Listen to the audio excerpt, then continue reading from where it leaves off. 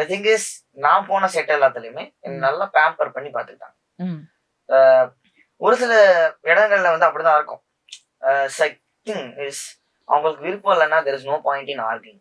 அதான் ஆர்கியூ பண்ணாலும் we are gonna get that bad name. இந்த மாதிரி தான் வந்து சொல்ல போறாங்க. So there is no point in arguing.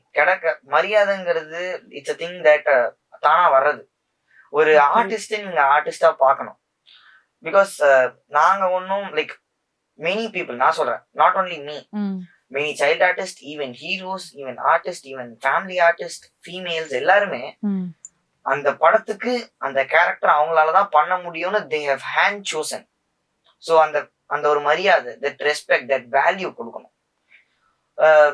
And also like நான் போன இது வரைக்கும் எல்லா செட்ஸ்லயுமே என்னை நல்லா பேம்பர் பண்ணி பார்த்துக்கிட்டாங்க. They have never disrespected me.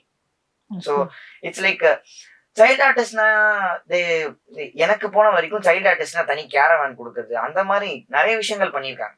But இன்னும் சில இடங்கள்ல child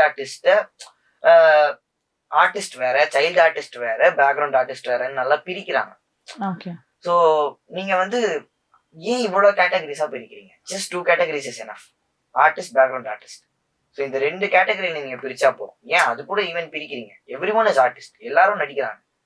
so the thing is நம்ம முன்னாடி நடிக்கிறோம், அவங்க பின்னாடி நடிக்கிறாங்க, அவ்வளவுதான். ஸோ எல்லாரையுமே ஈக்குவலா பாருங்க. ஸோ அப்பதான் வந்து இட்ஸ் லைக் ஈக்குவாலிட்டின்னு சொல்லுவோம்ல, that is not fair. So அதான்.